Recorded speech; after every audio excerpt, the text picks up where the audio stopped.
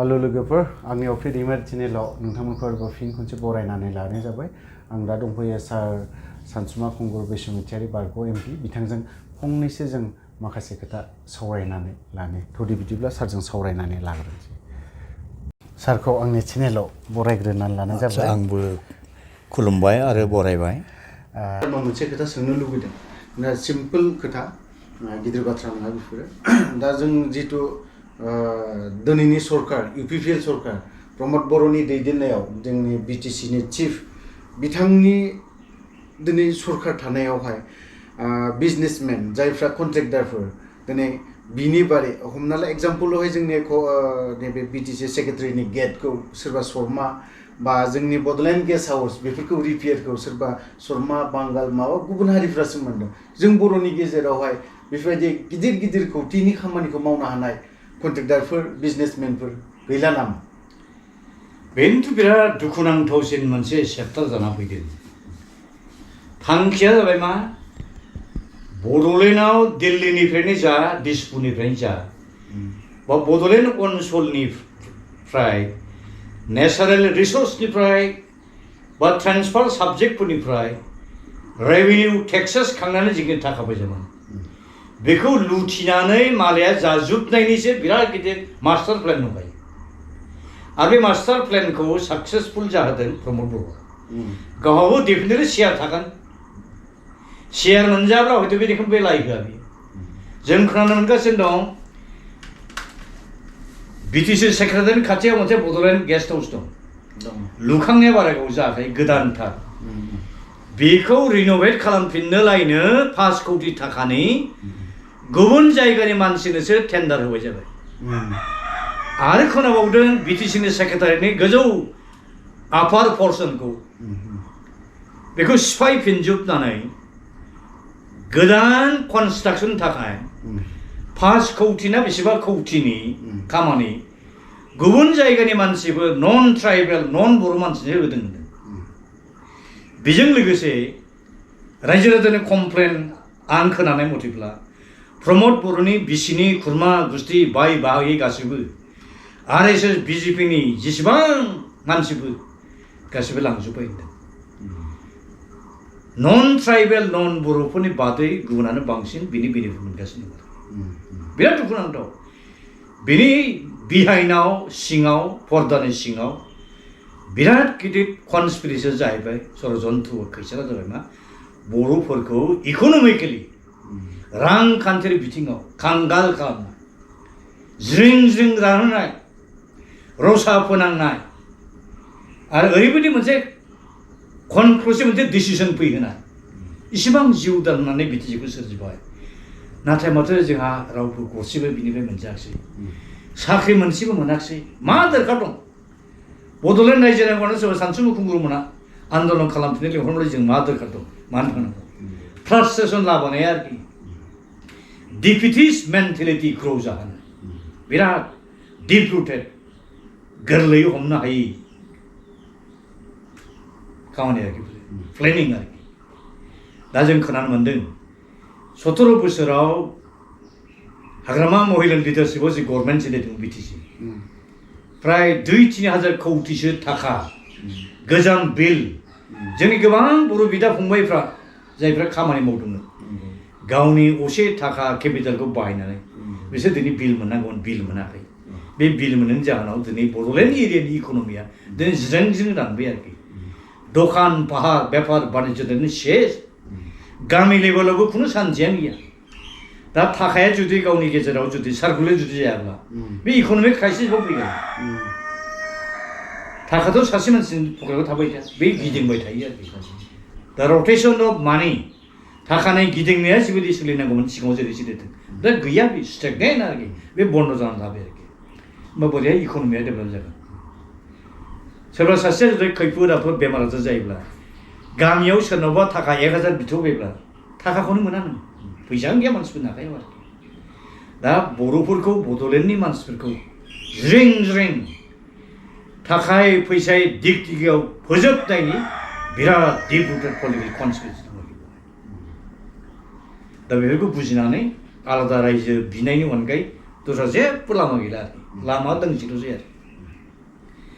आरो गुबुन मोनसे लामा फिसा दं बे साब्रड बे जाबाय प्रमद बर'खौ बुंनानै नारसिननानै बेखौ गारहोनानैब्लाबो आलादा मानसिनि गभर्नमेन्ट जाहोन निउट्रेल मानसिनि गभर्नमेन्ट बर'जों बर'फोरनि गभर्नमेन्ट जाहोन दा जाहाथे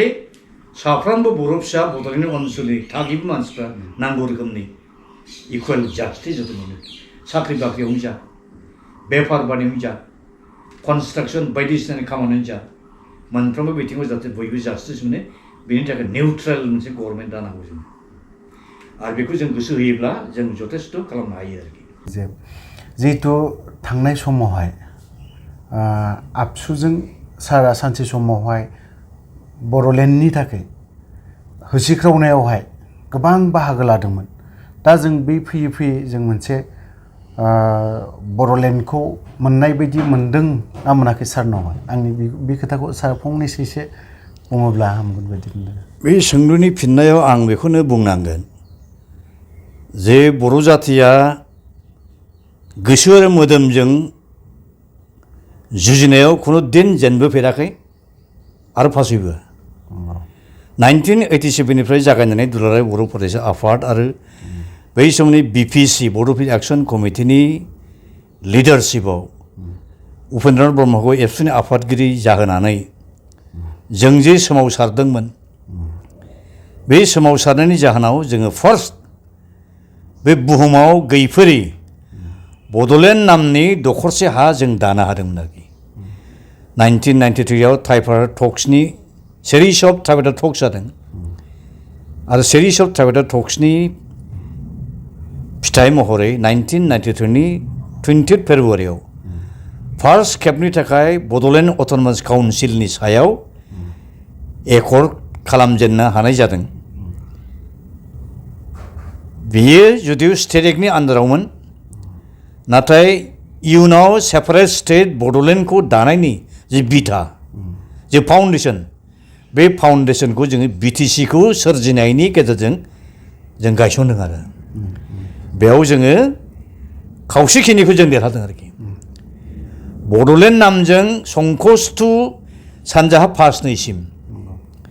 जे 3000निख्रुइ बांसिन गामि area including Bongaigaon thermal power station Bongaigaon refinery बेफोरखौ मोननायनि जाहोनाव जोङो जथेस्थ देरहादों आरोखि फैयै फैयै बिएलटिनि जोनोम जादों आङो बै बिएससिआव शिफ्ट दंमोन 6 मासनि थाखाय नाथाय जेब्ला आसाम गभर्नमेन्ट अफ इन्डिया गावसोर एकर्डआव जबान होनाय रादाय होनाय मथे बिएससि एकर्डनि गोबां क्लजफोरखौ इनक्लुडिं बाउन्डारि डिमार्केशन केस विथड्रवेल बड'लेण्डखौ जौगाहोनो थाखाय जेसेबां रांखावरि जों बिदोंमोन जेसेबां भलुन्टियार फर्सफ्रा सेरेन्डार खालामदों बिसोरखौ साख्रि बाख्रियाव लांनाय रिलिफ रिहेबिलिटेसन पेकेज जिबायदि मोननांगौमोन केस विथड्रवेल बेखौ खालामनायनि जाहोनाव आं 6 मासनि उनावनो आङो बिएससिनि चिफनि बिबाननिफ्राय आं ओंखारबोदों आं 6था कन्डिसन होदोंमोन बे कन्डिसना जाबाय जेसेदिनहालागै गभर्नमेन्टआ जों मोननो लुबैनाय बड'लेण्डनि बाउन्डारिखौ दानानै होआ केसफोरखौ उइथड्र खालामा डेमेज जानाय जेसेबां इनफ्रास्ट्राक्चार स्कुल कलेज बिल्डिं लामा सामा दालां कालभार्ट बेखौ लुफिननायनि रिकनस्ट्राक्सननि जोङो फ्राय 1000 कौटि थाखा बिदोंमोन बेखौ जुदि होआब्ला आरो बिनिफ्राय रिलिफ रिहेबिलिटेसन पेकेजखौ जुदि होआब्ला केसफोरखौ उइथड्र खालामाब्ला आं बहाय थांफिना होननानै आं 6था कन्डिसन पुट खालामनानै आं ओंखारबोदों आरोखि बेनि उनाव बिएलटिनि जोनोम जाबाय फार्स्ट फेजनि आर्मस स्ट्रागल स्टार्ट जाबाय बर'फोरनि गेजेराव बड'लेण्डनि सिङाव फैयै फैयै सिभिल ससाइटिनि खावलायनायाव गभर्नमेन्ट अफ इन्डिया बिएलटिजों ट्राइफेडा टक्स स्टार्ट खालामबाय सेभेल राउन्डस टक्सनि उनाव 2003 नि 10 फेब्रुवारियाव गोदान सेकेन्ड नैथि बड' एकर्ड जाबाय आरो बे बड' एकर्डनि फिथाइ महरै आसामनि प्लेन्स एरियायाव कुनु दिन 6 शेड्युल प्रभिजनखौ बाहायनाय जायाखैमोन दा गभर्नमेन्ट अफ इन्डिया कनभिन्स जानानै भारत संबिजितनि 6 शेड्युल प्रभिजनखौ एमेन्डमेन्ट खालामनानैब्लाबो 2003 आव इन्डियान पार्लियामेन्टजों बिटिसि एक्ट मोनसे आयेन पास खालामहोनानै बड'लेण्ड टेरिटरियेल एरिया डिस्ट्रिक्ट नामजों मोनसे distinct self rule self administrate मोनसे जिअ'पलिटिकेल एन्टिटि दाना होदोंमोन आरोखि आरो बे जिअ'पलिटिकेल एन्टिटिखौ सालायनो थाखाय बड'लेण्ड टेरिटरियेल काउन्सिल बिटिसि नामनि मोनसे एपारेटासबो गभर्नमेन्ट दाना होदों दिनै फैयै फैयै 17 बोसोर बे बिटिसिखौ सालायनाय जादों खेबथाम इन द मिन टाइम हाग्रामा महिला लिडारशिपआव जेनेरेल इलेक्सन जाखांलांदों गोबां बिथिङाव डेभेलपमेन्टनि खामानि जाबायमोन जेरै बड'लेण्ड सेन्ट्रेल बड'लेण्ड इउनिभार्सिटि मोनबायमोन CIT मोननो हादों बिनेश्वर ब्रह्म इन्जिनियारिं कलेज क'क्राझार कलेजखौ गभर्नमेन्ट कलेज बानाय हादों गोबां स्कुल कलेज लामा सामा दालां बिल्डिं बानाय हादोंमोन गोबां इनफ्रास्ट्राक्चार डेभेलपमेन्ट जाखांबायमोन आरोखि सान्थियाव आलो गोजोनाव रायजो जानो हाहांबायमोन नाथाय फैयै फैयै दुर्भाग्यजनक भाबै प्रमद बर'नि लिडारशिपआव एबसुआ थार्ड फेजनि बड'लेण्ड मुभमेन्ट स्टार्ट खालामफिनबाय आंबो हाग्रामा महिलारिनि मोनसे बुंथावनाङै जिथु स्टेटमेन्ट बे स्टेटमेन्टखौ गाज्रि मोननानै आं बे बड'लेण्ड मुभमेन्टखौ पिकआप जाहोनो थाखाय आं बारसोमफादोंमोन बुंनांगौमोन हाग्रामा महिलारिया जे बर'फ्रा बड'लेण्ड रायजो मोननाय नङा नाथाय बे बुंलाबायबाय बर'फ्रा जेसेबांखि सोमावसारा माने रायजो मोनखानाय नङा रायजो सालायनाय IAS अफिसार गैया IPS गैया इनफ्रास्ट्राक्चार गैया आं दुखुजों रागाजों थिग আছে बायदिब्ला एबसुनि मुभमेन्टखौ आङो पिकआप लाहोनोसै बिदि साननानै आङो 2014 निफ्राय 2018नि 12 जनसिम बे एबसुनि मुभमेन्टखौ आङो मदद होदोंमोन आं जिबनाव सानफेराखैमोन जे प्रमद बर'आ बर' जाथिखौ थारैनो थगायगोन आरोखि बेबायदि खिन्थु फैयै फैयै फैनानै नुबाय आङो 2020 नि 27 जानुवारि खालि बर' हारिनि खुनु आफादनि लिडारजों सावराया हसिया खुनु सिभिल ससाइटिखौ बिश्वासाव लाखिया हसिया खुनु गोरों मानसिजों रायलाया हसिया कनसाल्ट खालामाजासिनो NDPनि सासे लिडार गबिन्दखौ लाफानानै हाखु दाखु NDPनि मोनसे फेक्सन सावरायग्रा ग्रुपखौ माखासे प्लेन्टेड एजेन्ट म्यानमाराव सिन्थायनो फाथायलाय हरनाय हाखु दाखु लाबोनानै दिल्लीयाव लांनानै गुदुं गुसु मिथिया हसिया बे एकर्डआव गोदान मोनसे एकर्ड साइन खालामबाय आरो बे एकर्डनि ड्राफ्टखौ मिथिया हसिया जों रन्जन दैमारियाबो जेलनिफ्राय जामिनाव लांलायलायनानै बेखौबो सहि होबाय उनाव नुबाय बे एकर्डनि दाराय 5000सो नोंनि आंनि बर' बिदा फंबायनि जिउदान होनायनि बिनिमयाव जे बिटिसि मोननाय जादोंमोन जे बिटिडि मोनदोंमोन दिनै बे सेस जानो थांबाय आरो बे जोबस्रांलांसै बोरै जोबस्रां नागिरदों बिटिडि नामखौ बिटिआर खालामबाय अथच भारत संबिजितनि आर्टिकल 244 सब क्लज 2 नि पेराग्राफ 1 बुङो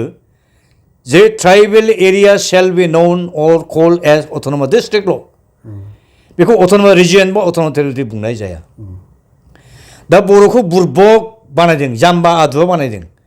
बे गभर्नरा 2020 नि 28 सेप्टेम्बराव मोनसे अर्डिनेन्स जारि खालामनानै मोनसे नटिफिकेसन होनानै बिटिडिनि मुंखौ बिटिआर खालामनाय आरोखि हाया गभर्नराबो हारसिं आनटिल एन्ड आनलेस इन्डियान पार्लियामेन्टआ बे बिटिसि एक्टखौ सोलाया आरो गुबुन मोनसे अर्डारजों बे एखे बोसोरावनो 2020 नि 28 सेप्टेम्बराव 6 शेड्युलनि पेराग्राफ 14 नि क्लज मथे बाउन्डारि मोनसे कमिसन दादों आरो बे बाउन्डारि कमिसनखौ ओरैबायदि दादों बहाय एबसुनि सासेल' मानसि दं मेम्बार गभर्नमेन्टनि मानसिया मालाय बांसिन NDPनि मोनब्रै फेक्सननिफ्राय सहि होदोंमोन सागान होदोंमोन बे एकर्डआव सासेबो गैया बिसोरनिफ्राय अब्ला मा जागोन बे बाउन्डारि कमिसननि जिथु रिपर्ट रिकमेन्डेसन बेथ' बाय जाखागोन आरो बाउन्डारि कमिसनखौ दादों मानि थाखाय जे बिटिडिआव अलरेडि हाबखानाय गामिफोरनिफ्राय खोलाहा थानाय नन ट्राइबेल मेजरिटि पपुलेसन गोनां गामिखौ दानजोबनो नागिरदों दा 1000सो 1200 खान 1500 खान गामि दानजायोब्ला मा बड'लेण्ड थाबावगोन बे मा 6 शेड्युल थाबावगोन बियो सानसे बेलासे जोंहा बे आथिखालनि बिटिडिखौ लानानैनो सेपारेट स्टेट बड'लेण्ड जानायनि जि मोनसे पसिबिलिटि दंमोन, जि पजिटिभ फेक्टर्स दंमोन, जि क्राइटेरिया दंमोन, जि भाइबिलिटि दंमोन, जि फिजिबिलिटि दंमोन, बेखौनो कमप्लिटलि एडभान्स डेमेज खालामनो थांनानै नैबे खामानिखौ मावदों आरोखि। पावार एन्ड फांसना लांजोब्बाय, 16टा डिपार्टमेन्टखौ डिसिनो हगारबाय आरो मोनब्रै जिल्लानि 4 डिसिखौ सेक्रेटारि बानायबावबाय, प्रम'सन होबावबाय। अब्ला बे लाइन डिपार्टमेन्ट 40टाखौ सालायनो जे इन्डिभिजुवेल माखासे सेक्रेटारिसफोर दङ, बिस्रा मा खामानि दंबावो? आरो बै डिसिफ्रासो लायनो दानिया माने एनुवेल एक्सन प्लेनखौ बिसोर प्रिपेयार खालामगोन। अब्ला जोंनि इलेक्टेड बे 40 जन जे मेम्बार प्लास 6 जन नमिनेटेड मेम्बार्सनि खामानि मा थाबावो? डेम'क्रेटिक सिस्टेमनि गभर्नमेन्टआ मा खामानि दंबावो बिदिब्ला? आरो मा खालामबावबाय? बे बिटिडिखौ कन्ट्रल खालामनो थाखाय दिसपुराव आसाम गभर्नमेन्टनि आन्डाराव गोदान मोनसे डिपार्टमेन्ट खुलिबावबाय, नामखौ दोननाय बड'लेण्ड वेलफेयार डिपार्टमेन्ट। बे डिपार्टमेन्टआ 10टा पावार होबाय, मेन्डेट होबाय। दानिया जुदि बे बड'लेण्ड वेलफेयार डिपार्टमेन्टआसो कन्ट्रल जुदि खालामोब्ला बे प्रमद बर'नि लिडारशिपआव थानाय बे बिटिसि गभर्नमेन्टआ मा खामानि दंबावो? दिनै प्रेक्टिकेलाव मा जागासिनो दं जाहैबाय, सोरबा इएम सोरबा एमसिएलएआ डिसिखौ लोगो हमनांगौब्ला सिलिप हरग्रोनांगौ, बारान्दायाव गसंबाय थानांगौ, डेभेलपमेन्टनि स्किम प्रजेक्टखौ डिसिफोरनावसो थांनानै दरखास्त होनानै बिहैनांगौनो। मा जाखो बेलाय? आरो ओरैबायदि सेस खालामबाय बिटिसिनि स्टेटासखौ, सिगाङाव बिटिसिनि 7 केबिनेट मिनिस्टार रेंकनि प्रट'कल मोनदोंमोन, स्पिकाराबो केबिनेट रेंकनि, डिपुटि चिफआबो केबिनेट रेंकनिमोन, गुबुन गुबुन इएमफ्रा स्टेट मिनिस्टार रेंकनि प्रट'कल मोनदोंमोन आरोखि। दानिया मा जाबावबाय? डिसिफ्रासो डिस्ट्रिक्ट लेभेलनि डेभेलपमेन्ट कमिटिनि चेयारमेन जाहैदों। अब्ला प्रमद बर'आ बे मिटिङाव थाहैब्ला अनारेबल चेयारमेन सार बुंना होमब्ला बे प्रट'कला मा जाखो बिदिब्ला? डिसिखौसो नों सार होनो नांगौब्ला इएमफ्रा इलेक्टेड रिप्रेजेन्टेटिभफ्रा, होमबाथ' बिटिसिनि जिथु स्टेटास बेखौ बिराद गाहायाव फाहायनाय जायाखै होमब्ला। आरो दा मा जाबावदों? प्रिन्सिपाल सेक्रेटारिनि माबाया टाइटेला आरोखि बा सिइउनो, चिफ एक्जिकिउटिभ अफिसार। पन्सायत सिस्टेमावसो सिइउ थायो, प्राइभेट माल्टिनेसनेल कम्पानियावसो सिइउ थायो, पलिटिकेल एडमिनिस्ट्रेटिभ एपारेटास बा मेकानिजमाव सिइउ थाया। इन्डियायाव जेरावबो सिइउ गैया। नर्मेल डिस्ट्रिक्टआव जेराव पन्सायत सिस्टेम दंसो सिइउ थायो, बे सिइउआ डिसिनि आन्दाराव। एसिएस पास सोरबा एडिसिखौनो मा खालामो? सिइउ बानायो। अब्ला बे सासे सिइउआ बे आसामनि चिफ सेक्रेटारिनि खाथियाव आरो गोदानै खुलिनाय बे बड'लेण्ड वेलफेयार डिपार्टमेन्टनि जाय सेक्रेटारि, बे एडिसनेल चिफ सेक्रेटारि रेंकनि जाहैगोन आरोखि। मा फाटा मोनगोन बे दिसपुराव? गैला आरोखि, जोब्बाय आरोखि, प्रट'कल दिगदिबि जोब्बाय। दा बेनि थाखायनो जोङो सान्दों जे बिटिसिखौ जिहेतु 5000 जनसो बर' बिदा फंबायफोरनि जिउदान होनायनि बिनिमयाव मोनदों हिसाबै बेखौ जेरैखि जाया एस इट इज जेरै दं ओरै बिनि पावार एन्ड फांसन, बिनि साबजेक्ट, बिनि जिथु बाउन्डारि रैखा खालामनांगौ साननानै जों गुवाहाटि हाइकर्टआव अलरेडि मोनसे पिएल केस होबाय। बे केसा अलरेडि एक्सेप्टेड जाबाय, खेबथाम खेब्रैसो राउन्डनि हियारिं जाबाय।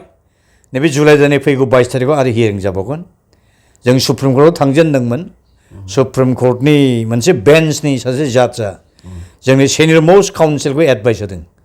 जे बे केसखौ हाइकर्टआबो बिसार खालामनो हायो, बेखायनो नोंथांमोना गुवाहाटि हाइकर्टआव थांग्रो होननायखौ जों फैदों। आरो सुप्रिम कर्टआ अलरेडि मोनसे अर्डार जोङो इसु खालामदों। हाइकर्टआ जुदि जास्टिस जुदि होआब्ला सुप्रिम कर्टआव नोंथांमोना फैफिननो हागोन होननानै जोंनो मोनसे अर्डार, रिटेन अर्डार होखादों आरोखि। बे हिसाबै जों आसाबादि जे अनारेबल गुवाहाटि हाइकर्टआनो जोंनो जास्टिस होगोन आरो। दासिमबो government of India, government of आसामा जोंनि पिटिसननि एगेन्स्टै काउन्टार एफिडेभिट दाबो होनो हायाखै। दा फैगौ 18 तारिखआव होनायनि खोथामोन दाख्लै,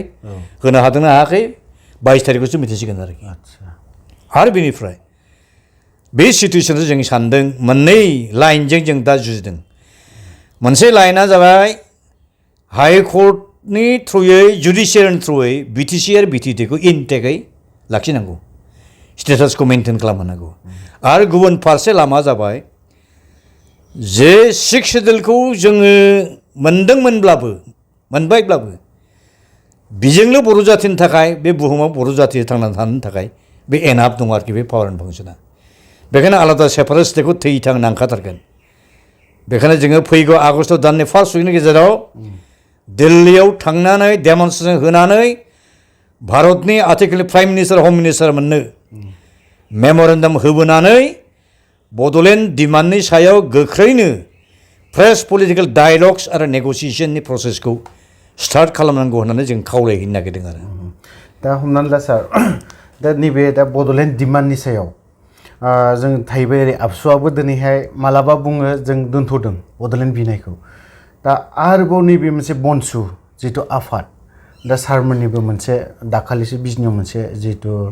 बड'लेण्डनि थाखाय होसिख्रावदोंमोन ओरैबो उदियासल बिथांमोनाबो बड'लेण्डनि थाखाय गाबख्रावदों दा जुदि गासैबो जुदि आफादानो जुदि माहारियारि आफादफोर बेफोरबायदि आफादजों सारमोनजों ज' जानानै खनसे बड'लेण्डनि थाखाय खनसे मोजाङै सोमावसारोब्ला हामगोन नामा आं सानो आरोखि बेखौ बर' रायजो राजाफ्रा गोबां सानो आरोखि सोंदोंबो आरोखि जों बे बिथिङावबो गोबांनो सानगासिनो दं बे पाइपलाइनाव दं जोंनि साननायनि पाइपलाइनाव दङ दा नैबे जुलाइ दाननि लास्ट उइकआव सम्भब जुदि जायोब्ला बर'नि जेसेबां आफादफोर दं जाय आफादफ्रा पजिटिभलि रियेक्ट खालामगासिनो दं बा पजिटिभ थिंकिङाव दङ बे आफादफोरनि लिडारफोरखौ लेंहरनानै जों ज' सावरायगोन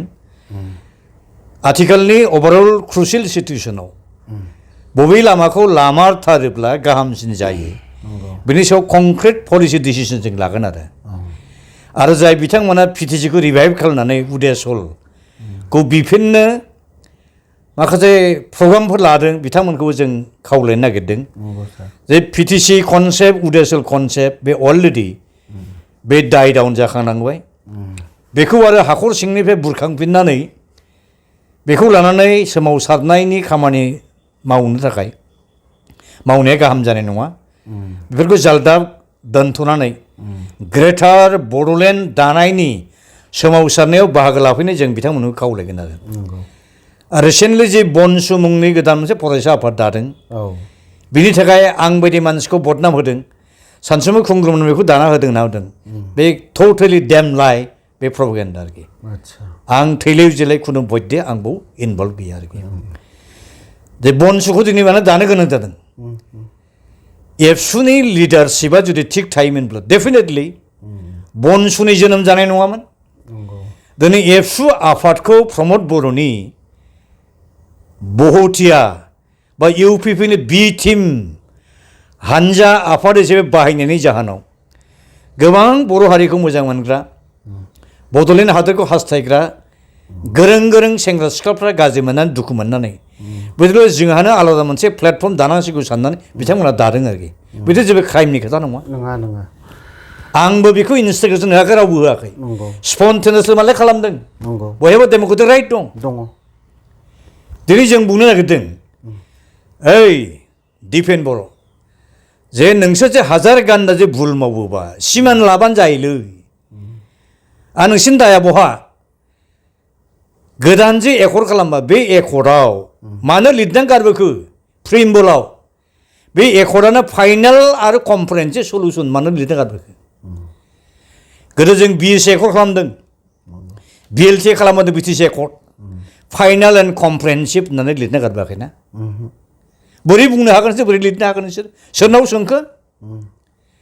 थिग আছে भुला जाबायबा जाबाय दा सिमान लाबानो जाबायब्रा जों गभर्नमेन्टखौ फोथायदोंमोन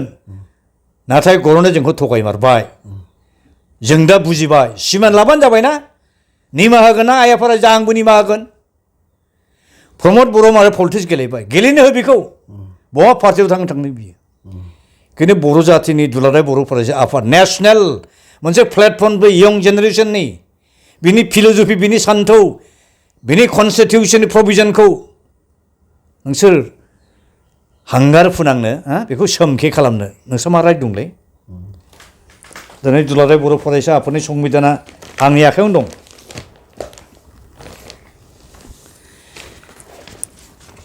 बे दुलाराय बर' फरायसा आफादनि नैबे संबिजित बियो बेखौ 1986आव जेला उपेन्द्र ब्रह्मखौ जों आफादगिरि बानायबाय रौता सारिआलिनि कनफारेन्सआव बे एखे बोसोराव जोङो बै समनि नगाव जिल्लानि धिं बाथाबारियाव बे एबसुनि संबिजिरखौ सोदांनो थाखाय बेवहाय मोनसे मिटिं जादों डेलिगेट कनफारेन्स बेवहायनो एबसुनि संबिजिरखौ सोदांनायनि बेयाव मोनसे ड्राफ्टिं कमिटि जादोंमोन बे कमिटियाव आंबो दंमोन बेयाव जों माखासे सोदांदों जे दुलाराय बर' फरायसा आफादा जुदिअ पलिटिकेल आफाद नङा पलिटिकेल आफाद नङाब्लाबो बे ससिय' कालचारेल लिंगुइस्टिक स्टुडेन्टस इउनियनब्लाबो बर' हारिया जेब्ला अलखद अबस्थायाव गोलैगोन राजखान्थियारि बिथिङाव पलिटिकेल इस्यु मेटारखौ लानानैब्लाबो खामानि मावगोन सोमावसारगोन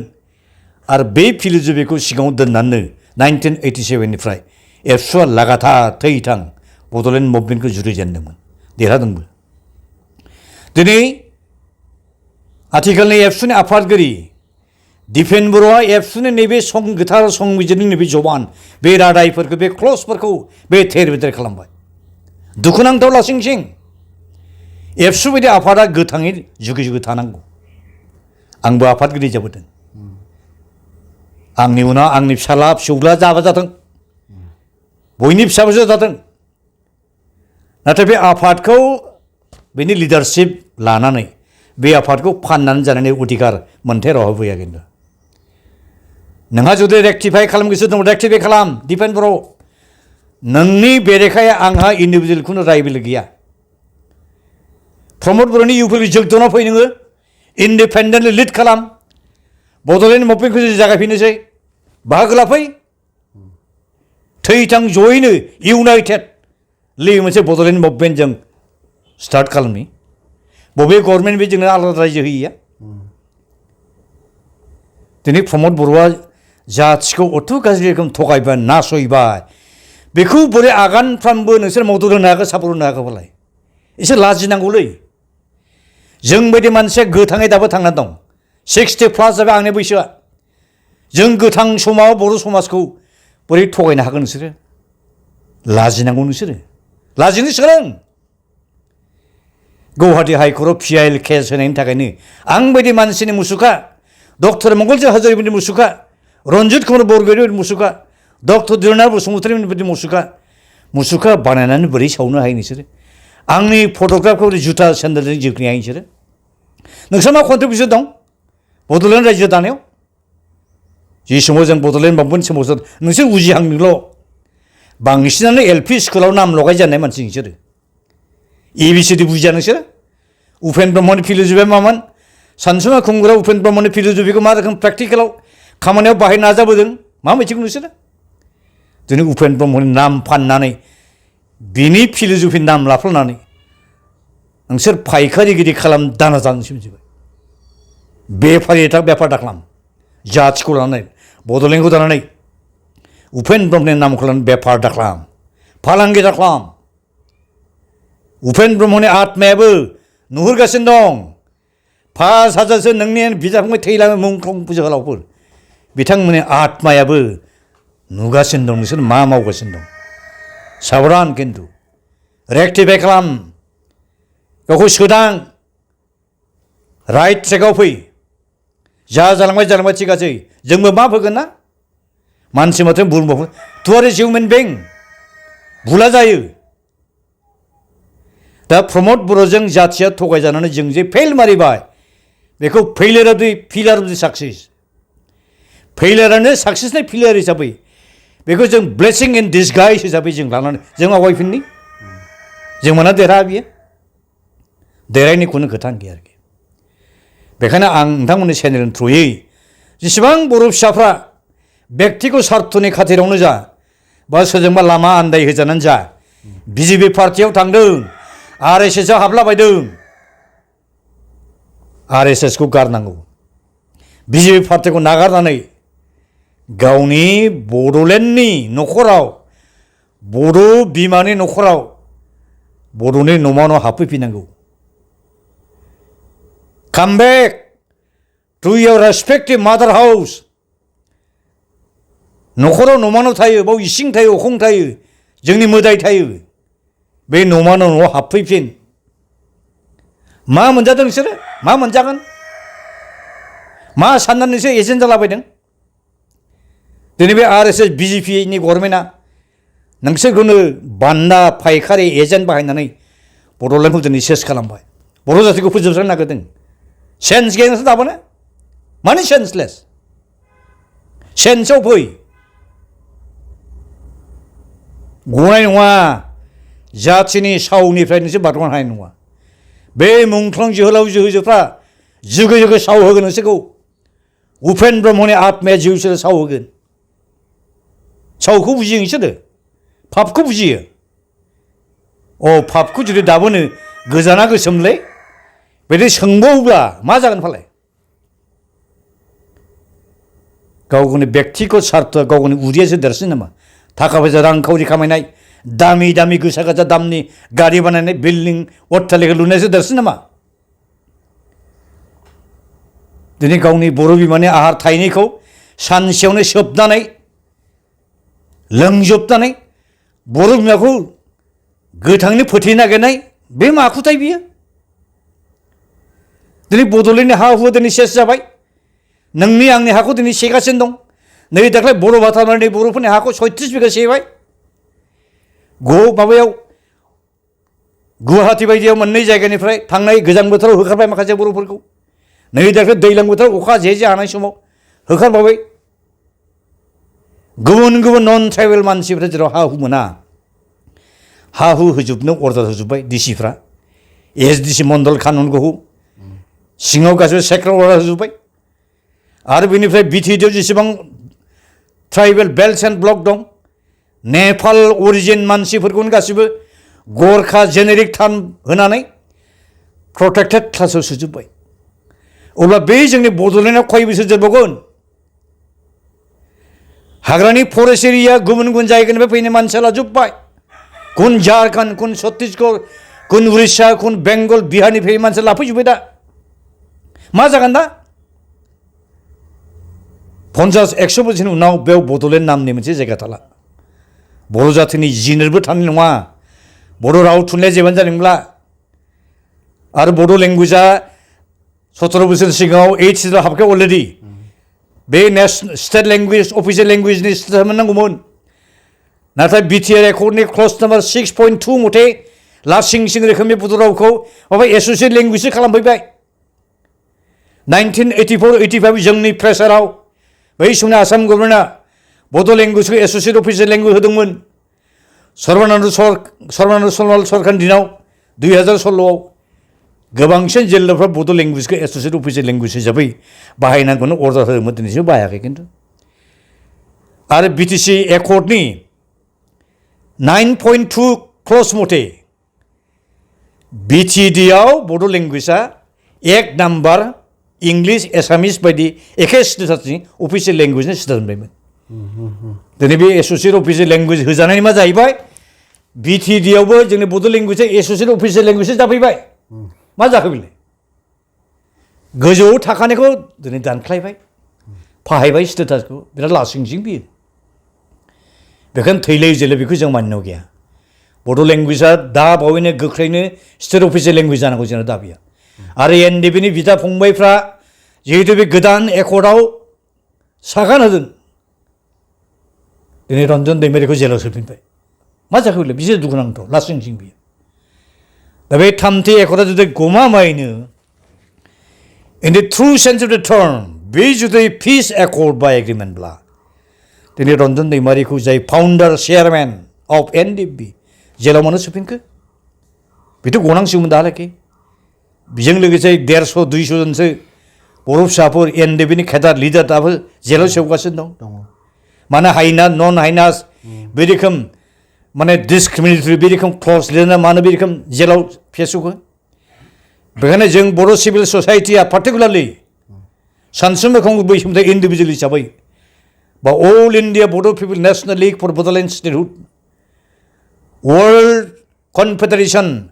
of the Mongolian origin peoples आरो वर्ल्ड बड' नेशनेल कनफेडारेशन आफादनि जानानै गोख्रोङै जों दाबि दैखांबाय थादों दाबो दाबि दैखाङो जे रन्जन दैमारिजों लोगोसे गासिबो एनडिपि लिडार केडार्सफोरखौ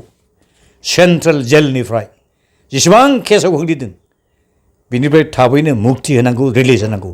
जेनेरेल एमनेस्टि होनायनि गेजेरजों आलफाफोरनो होनो हायो जेनेरेल एमनेस्टि गुबुन गुबुन नागा टेररिस्टफोरनो होनो हायोब्ला मानो होनो हाया होनांगौ दिनै प्रमद बर'मोना गोबिन्द साहामोना गभर्नमेन्टआव थानानै उरखावग्रा ब्रह्ममोना बे एनडिएफबिफोरनो जेनेरेल एमनेस्टि होनांगौनि सोमोन्दै जिबायदि फाइट नांगौमोन नाङाखै बिसोरो नांनो गोसो गैया फंसे बाथ्रानिफ्राय रोखा फोरमान मोनो नै दाखालि बैसाग मासावसो बहाबा बैसागो जानो फैदोंमोन ना मोनो बाक्साना बहाबा गोबिन्द बसुमतारिया गावनि खुगाजों फंसे राव बुंदों लासिंसिं बे बिटिआर गोरोबथाजों लायनो ना रन्जन दैमारि गनायनि प्रभिजन दं ना गुबुनानो गनायनि प्रभिजन दं होनना बुंबाय आरोखि बिदिब्ला मानो नों एकर्ड खालामा मानो नों लामा आन्दाय होआ बे सावरायग्रामानि ग्रुपखौ म्यानमाराव एजेन्ट फाथायनानै मानो लाया नोङो मानो लायहोआ रन्जन दैमारिखौ मानो जबरदस्ति सेन्ट्रेल जेलनिफ्राय बेलाव बख'नो मानाङा नोंसोरो एकर्डनि बे ड्राफ्टसफोरखौ दिन्थिया हसेया मिथिया हसेया मानो ब्लाइन्डलि मेगन मिसेबनानै मेगन खाथायनानै बिसोरनो सहि आदाय खालामखो बिदि इम'रेल it is a serious crime criminal act बियो लाजिनांगौ खिन्थु सोदां दाबो समय दं चान्स दं नोंसोर ओंखारबोजोबनो गासिबो